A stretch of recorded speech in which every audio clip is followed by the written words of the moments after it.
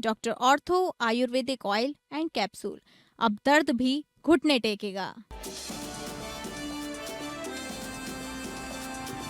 देहरादून में मुख्यमंत्री धामी ने युवा विद्यार्थी मंथन कार्यक्रम में की शिरकत, युवाओं का बढ़ाया हौसला। पूर्व वरिष्ठ सैन्य अधिकारियों, पूर्व सैनिकों ने ज्वाइन किया बीजेपी, कुछ नए सदस्यों को अहम जिम्मेदारी मिल सकती है। हरिद्वार में दक्षेश्वर महादेव मंदिर में उमड़ा आस्था का सैलाब, श्रद्धालुओं ने किया भगवान भोलेनाथ का जलाभिषेक।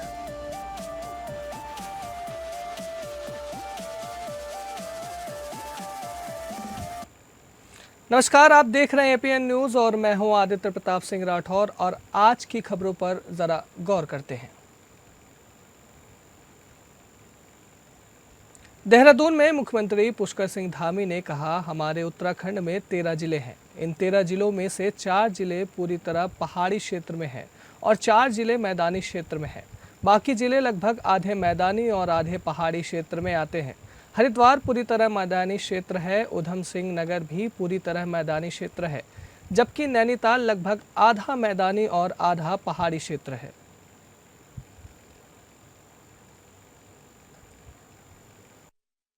लोगों का उत्तराखंड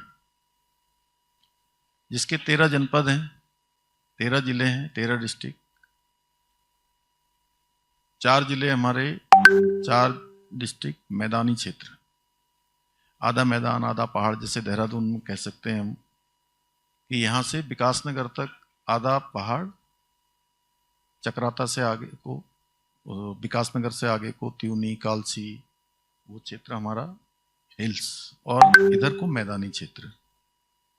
हरिद्वार पूरा हमारा मैदानी क्षेत्र, उधम सिंह नगर पूरा प्लेन, नैनीताल भी लगभग आधा मैदान आधा, बड़े जोर से क्या, आधा क्या पहाड़। और उसके अलावा जो शेष जो हमारे बचे हुए 9 डिस्ट्रिक्ट हैं, वो हमारे पूरे के पूरे, कौन बताएगा, बताइए, चलिए। अब कौन कौन जानता है कि 9 जिले हमारे, 9 डिस्ट्रिक्ट्स पूरे के पारे हिल्स में हमारे, थोड़ा चंपावत छोड़ के, थोड़ा पौड़ी छोड़ के, जैसे पौड़ी का कोटद्वार वाला क्षेत्र और चंपावत का टनकपुर और बनबसा छोड़ के। तो ये हमारा ये उत्तराखंड एक विशेष भौगोलिक परिस्थितियां यहाँ की हैं हमारी। देहरादून में भाजपा में सैकड़ों पूर्व वरिष्ठ सैन्य अधिकारियों, पूर्व सैनिकों और विभिन्न दलों के नेताओं ने पार्टी की सदस्यता ली। प्रदेश अध्यक्ष और राज्यसभा सांसद महेंद्र भट्ट ने पार्टी मुख्यालय में पटका पहनाकर सभी का स्वागत किया। प्रमुख नामों में यूकेडी के पूर्व प्रवक्ता कैप्टन राकेश ध्यानी, डीआईजी धर्मशक्तु, पूर्व नौसेना अधिकारी उमेश कुनियाल, कर्नल नवीन मिश्रा, लोक गायिका महिमा उनियाल और शहीद अजय वर्धन तोमर की पत्नी लक्ष्मी तोमर शामिल रहीं। भट्ट ने कहा कि राष्ट्र सर्वोपरि की सैन्य विचारधारा पर चलते हुए देश देवभूमि में लगातार तीसरी बार कमल खिलेगा। उन्होंने कांग्रेस पर निशाना साधते हुए कहा कि दिल्ली में आने वालों का आत्मविश्वास शून्य है, इसलिए यहां आकर झूठ बोल रहे हैं, लेकिन उनका झूठ मोदी और भाजपा के प्रति वीरभूति देवभूमि के विश्वास को नहीं डिगा सकता। भट्ट ने मोदी सरकार की उपलब्धियां गिनाई। उन्होंने कार्यकर्ताओं से 2027 विधानसभा चुनाव में जीत की हैट्रिक लगाने का आह्वान किया। प्रदेश महामंत्री कुंदन परिहार ने कहा कि भाजपा का हर कार्यकर्ता सैनिक की तरह राष्ट्र के लिए काम करता है। पार्टी नए सदस्यों को संगठन के कार्यक्रमों में अहम जिम्मेदारी देनी। नए सदस्य बने कैप्टन राकेश ध्यानी ने विश्वास दिलाया कि सभी पार्टी नीतियों के अनुरूप काम करेगी और 2027 में उत्तराखंड में प्रचंड बहुमत की सरकार बनाने में सहयोग करेंगे। कार्यक्रम में बड़ी संख्या में पूर्व सैनिक, मातृशक्ति और सामाजिक कार्यकर्ता मौजूद रहे।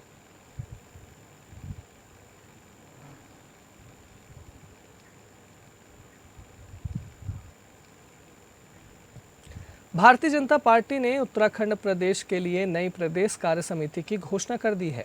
प्रदेश अध्यक्ष एवं राज्यसभा सांसद महेंद्र भट्ट ने कार्य समिति के नामों को अंतिम रूप देते हुए इसकी सूची जारी की। नई कार्य समिति में कुल 178 सदस्य शामिल किए गए हैं। इससे 121 कार्य समिति सदस्य, 32 विशेष आमंत्रित सदस्य और 25 स्थायी आमंत्रित सदस्य हैं। पार्टी ने इससे वरिष्ठ नेताओं के साथ साथ युवा, महिला, पूर्व सैनिक और विभिन्न समाजों के प्रतिनिधियों को भी जगह दी है। प्रदेश मीडिया प्रभारी मनवीर सिंह चौहान ने बताया कि संगठन को जमीनी स्तर पर और मजबूत करने तथा 2027 के विधानसभा चुनाव की तैयारियों को ध्यान में रखते हुए इस कार्य समिति का गठन किया गया है। नई टीम में अनुभव और ऊर्जा का संतुलित रखा गया है ताकि पार्टी कार्यकर्ताओं और आम जनता के बीच बेहतर समन्वय स्थापित हो सके। भाजपा नेतृत्व का मानना है कि यह विस्तार कार्य समिति प्रदेश में पार्टी की नीतियों और केंद्र व राज्य सरकार की योजनाओं को जन जन तक पहुंचाने में अहम भूमिका निभाएगी।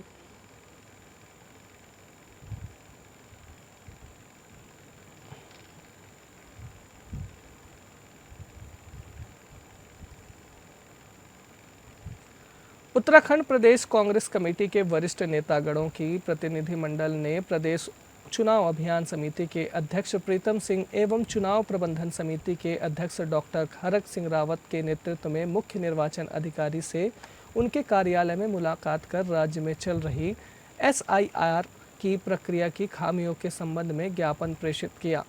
मुख्य निर्वाचन अधिकारी DVVRC पुरुषोत्तम को सौंपे ज्ञापन में कांग्रेस प्रतिनिधिमंडल ने विशेष गहन पुनरीक्षण के प्रथम चरण के त्रुटियों एवं द्वितीय चरण की प्रक्रिया के अंतर्गत दावों एवं आपत्तियों की सुनवाई के लिए अपनाई जा रही अव्यावहारिक एवं पक्षपातपूर्ण प्रक्रिया के संबंध में कांग्रेस कमेटी की आपत्ति दर्ज करते हुए कहा कि राज्य में विशेष गहन पुनरीक्षण की प्रथम चरण की प्रक्रिया के दौरान अनेक गंभीर त्रुटियां और अनियमितताएं सामने आई हैं।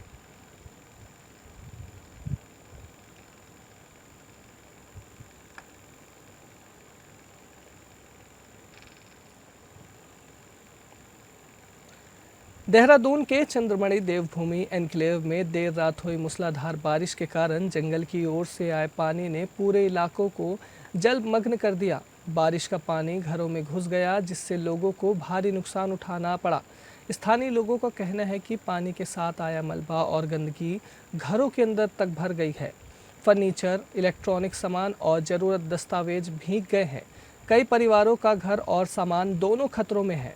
निवासियों ने प्रशासन से तत्काल राहत और बचाव दल भेजने की मांग की है।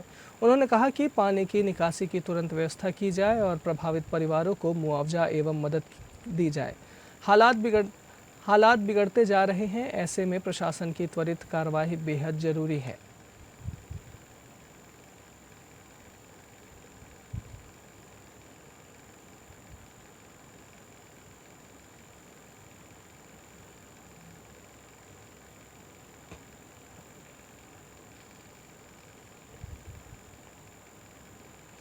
देहरादून में राष्ट्रीय मजदूर कांग्रेस के पूर्व प्रदेश अध्यक्ष और पूर्व कैबिनेट मंत्री, वरिष्ठ श्रमिक नेता हीरा सिंह बिष्ट के निधन पर कांग्रेस भवन में श्रद्धांजलि सभा आयोजित की गई। सभा में इंटक, सीटू, एटक सहित विभिन्न मजदूर संगठनों के प्रतिनिधियों और कांग्रेस जनों ने उनके चित्र पर पुष्प अर्पित किया, भावभीनी श्रद्धांजलि दी और 2 मिनट का मौन रखकर दिवंगत आत्मा की शांति के लिए प्रार्थना की। वक्ताओं ने कहा कि हीरा सिंह बिष्ट ने अपने लंबे सार्वजनिक जीवन में मजदूरों के अधिकारों, हितों और सामाजिक न्याय के लिए निरंतर संघर्ष किया। उन्होंने श्रमिकों को संगठित कर उनकी आवाज़ को मजबूत से उठाया। उनका निधन श्रमिक आंदोलन और समाज के लिए अपूरणीय क्षति है। नेताओं ने कहा कि बिष्ट जी की सादगी, संघर्ष और मजदूरों के प्रति समर्पण को हमेशा याद रखा जाएगा। उनके विचार आने वाली पीढ़ियों को प्रेरणा देते रहेंगे।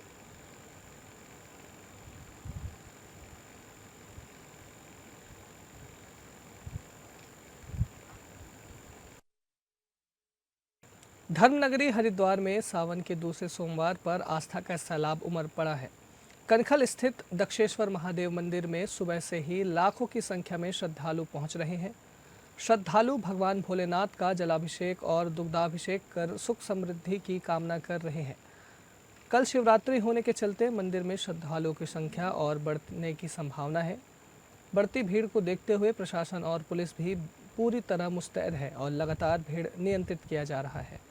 मंदिर परिसर में हर हर महादेव और बम बम भोले के जयकारे गूंज रहे हैं। मंदिर के पुजारी के मुताबिक सावन मास में भगवान शिव की विशेष पूजा अर्चना का महत्व है। मान्यता है कि सावन के पवित्र महीने में भगवान शिव सृष्टि का संचालन हरिद्वार से ही करते हैं। यही वजह है कि सावन के सोमवार पर दक्षेश्वर महादेव मंदिर में श्रद्धालुओं को विशेष आस्था देखने को मिली है।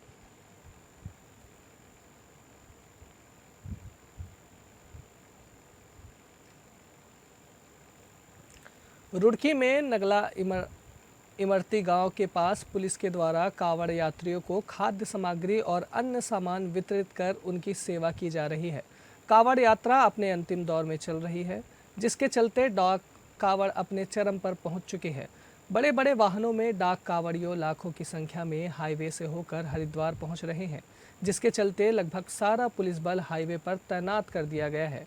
बता दें कि कांवड़ यात्रा अपने अंतिम दौर में चल रही है, जिसके चलते डाक कांवड़ अपने चरम पर पहुंच चुके हैं। बड़े बड़े वाहनों में कांवड़ लेकर कांवड़िए हाईवे से होते हुए हरिद्वार पहुंच रहे हैं, जहां से जल लेकर वह अपने अपने लक्ष्य के लिए रवाना होंगे।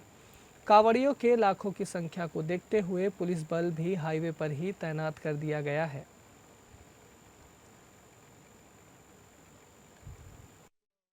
देखिए, हमारा प्रायोरिटी ये है कि हमारा एग्जिट लेन जो है खाली रहे और बिल्कुल अभी स्मूथ एग्जिट हो रहा है। सारे भक्तजन जो हमारे भोले कांवड़िए हैं, डाक कांवड़ है, बहुत तेजी से एग्जिट हो रही है यहाँ पर और इनपुट भी हो रहा है। इनपुट को नगला इमरती से डाइवर्ट किया गया है और लगातार इसमें हमने कोई पर भी कंजेशन न बन पाए उसके लिए कार्रवाई की जाए। सर, अगर बात की जाए आज डाक कांवड़ है कि पुलिस के लिए कितना चैलेंजर बन रहा है? जिस प्रकार से डाक कांवड़ चालू हो गई, पुलिस के लिए कितना चैलेंजर बन रहा है? देखिए, पुलिस की व्यवस्था हाईवे पे शिफ्ट हो चुकी है और क्योंकि काफी मात्रा में गाड़ियां आ रही है तो एग्जिट हो रही है और इनपुट भी हो रही है, तो इसके लिए व्यवस्था अलग बनाई गई है। अंदर की चीजों को बाहर शिफ्ट किया गया है।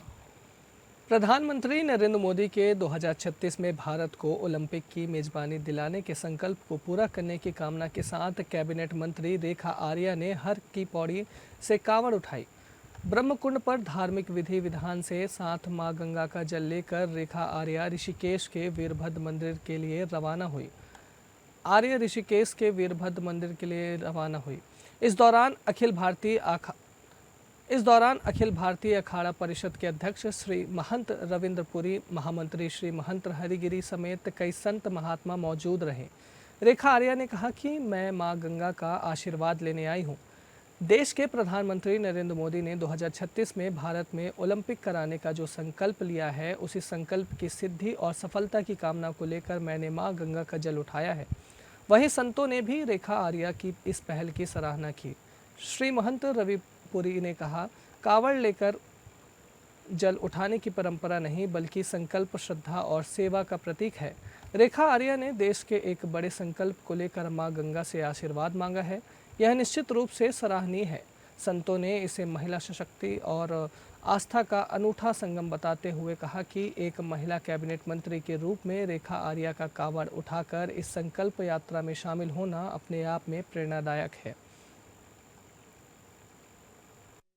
बहुत ही खास दिन है और आज के इस खास दिन जहाँ सावन का महीना है और भगवान शिव का विशेष दिन है और इसी विशेष दिन में हमें संतों का आशीर्वाद के संकल्प के साथ में हमारे श्रद्धेय हरिगिरी जी महाराज जी, हमारे श्रद्धेय रविंद्रपुरी महाराज जी, आप दोनों के आशीर्वाद से, संतों के आशीर्वाद से कांवड़ यात्रा का एक संकल्प, जिसका ध्येय उद्देश्य यही है कि हमारे देश के यशस्वी प्रधानमंत्री जी का जो राष्ट्रीय संकल्प है कि 2036 का ओलंपिक की मेजबानी भारत करे, भारत खेल के क्षेत्र में महाशक्ति बने, उसी संकल्प की सिद्धि को ऊर्जा देने के लिए इस देवभूमि हर की पौड़ी से संतों के आशीर्वाद के साथ संकल्प धारण करते हुए 22 किलोमीटर की यात्रा वीरभद्र महादेव मंदिर में जलाभिषेक करते हुए भगवान शिव का आशीर्वाद प्राप्त करने के लिए पूरी यात्रा की जा रही है। रानीखेत में तुला सिंह तड़ियाल द्वारा लिखित बहुचर्चित पुस्तक संघर्षों बड़ा सफर का भव्य विमोचन किया गया। कार्यक्रम के मुख्य अतिथि दीवान सिंह नेगी ने पुस्तक का अनावरण कर इसे जन आंदोलन के इतिहास को सहेजने वाला एक महत्वपूर्ण दस्तावेज बताया। इस अवसर पर वक्ताओं ने कहा कि यह पुस्तक क्षेत्र में हुए प्रमुख जन आंदोलन, संघर्षों और जनता के योगदान को प्रामाणिक रूप से रेखांकित करती है, जो आने वाली पीढ़ियों के लिए एक मार्गदर्शन का काम करेगी। विमोचन समारोह में क्षेत्र के कई वरिष्ठ जनप्रतिनिधि, बुद्धिजीवी और समाजसेवी मौजूद रहे। 40-45 साल से जो मेरा संघर्ष रहा है उसमें समसामयिक घटनाओं पर आधारित है। और जैसे पानी जैसा आंदोलन है बहुत बड़ा, ये आप देख रहे होंगे, ये टैंक बना है, ये सब जो है हमारे आंदोलन की बदौलत बना है। और इस क्षेत्र को पहले से भी कहते थे कुमाऊं का रेगिस्तान। यहाँ एक बूंद भी पानी नहीं था पहले, लोगों को दूर दूर से पानी लाना था, सारे स्रोत सूख चुके थे 100 साल पहले भी, तो लोगों को नहीं मिलता था पानी। और तो मुझे ऐसा आया कि इसको शुरू करें और आंदोलन शुरू किया। और उस ज़माने का वो ऐतिहासिक आंदोलन हुआ, बहुत बड़ा आंदोलन था, क्योंकि उन दोनों ऐसा मीडिया प्रचार वगैरह ऐसा नहीं था। और पूरी सरकार नीचे से लेकर के ऊपर तक सरकार होती थी, ये ग्राम प्रधान तक वो सब विरोध में थे। उसके बाद भी जनता सड़क में थी और जनता ने इसको स्वीकृत किया है। उस ज़माने में 2.46 करोड़ के लागत से ये योजना बनी और बाद में बढ़ते बढ़ते इस पर 10-15 करोड़ रुपया खर्च हुआ। और ये जो टैंक बना है यहाँ आपके सामने में दिखाई दे रहा है, ये टैंक। चंपावत में रविवार को आपदा प्रबंधन, आयुष और पंचायती राज विभाग की अहम समीक्षा बैठक हुई। जिला सभागार में कैबिनेट मंत्री मदन कौशिक ने अधिकारियों के साथ विभागीय योजनाओं और तैयारियों का बारीकी से जायजा लिया। मंत्री ने साफ कहा कि आपदा के समय राहत और बचाव कार्यों में किसी भी तरह की देरी बर्दाश्त नहीं होगी। वहीं दूरस्थ क्षेत्रों में आयुष सेवाओं को मजबूत करने और पंचायत स्तर पर विकास कार्यों में पारदर्शिता सुनिश्चित करने की दिशा में भी कड़े निर्देश दिए गए। बैठक से पहले मंत्री ने कलेक्टर परिसर में विभिन्न विभागों की ओर से लाए गए जन कल्याणकारी एवं विकास प्रदर्शनी स्टॉलों का निरीक्षण किया। उन्होंने योजनाओं, उत्पादों और उपकरणों की जानकारी लेते हुए सरकारी योजनाओं का व्यापक प्रचार प्रसार करने और उनका लाभ अंतिम छोर तक पहुंचाने के निर्देश दिए। इसके बाद एक पेड़ मां के नाम अभियान के तहत मंत्री मदन कौशिक ने कलेक्टर परिसर में पौधारोपण कर पर्यावरण संरक्षण का संदेश दिया। इसके बाद शुरू हुई आपदा प्रबंधन विभाग की समीक्षा। जिला आपदा प्रबंधन अधिकारी देवेंद्र सिंह पटवाल ने जिले की संवेदनशील परिस्थितियों, आपदा से निपटने की तैयारियों और विभागीय व्यवस्थाओं की जानकारी दी। 24 घंटे संचालित आपदा कंट्रोल रूम, आपातकालीन हेलीपैड, मार्क ड्रिल, पूर्व चेतावनी प्रणाली और सचेत तथा भूदेव ऐप के उपयोग की भी समीक्षा की। प्रबंधन विभाग की पूरी समीक्षा और क्या तैयारियां हैं, क्योंकि आपदा प्रबंधन में सबसे पहला काम हमारा होता है कि हमने आपदा से पहले की तैयारी क्या की है, आपदा के समय की तैयारी क्या है और आपदा के बाद की क्या है। तो पिछले वर्ष की सारी तैयारी की, जो पिछले वर्ष का हमारा शेष था क्या वो चला गया, क्या जो देना था एक तो में वो अच्छा है, यहाँ का सारा कंप्लीट हो गया है। जो काम चल रहे हैं उनकी समीक्षा की है। और अभी आपदा प्रबंधन को लेकर जो हमें तैयारी करनी थी, हमारे सारे अधिकारी, हमारी SDRF, NDRF, ITBP। फिलहाल इस बुलेटिन में इतना ही।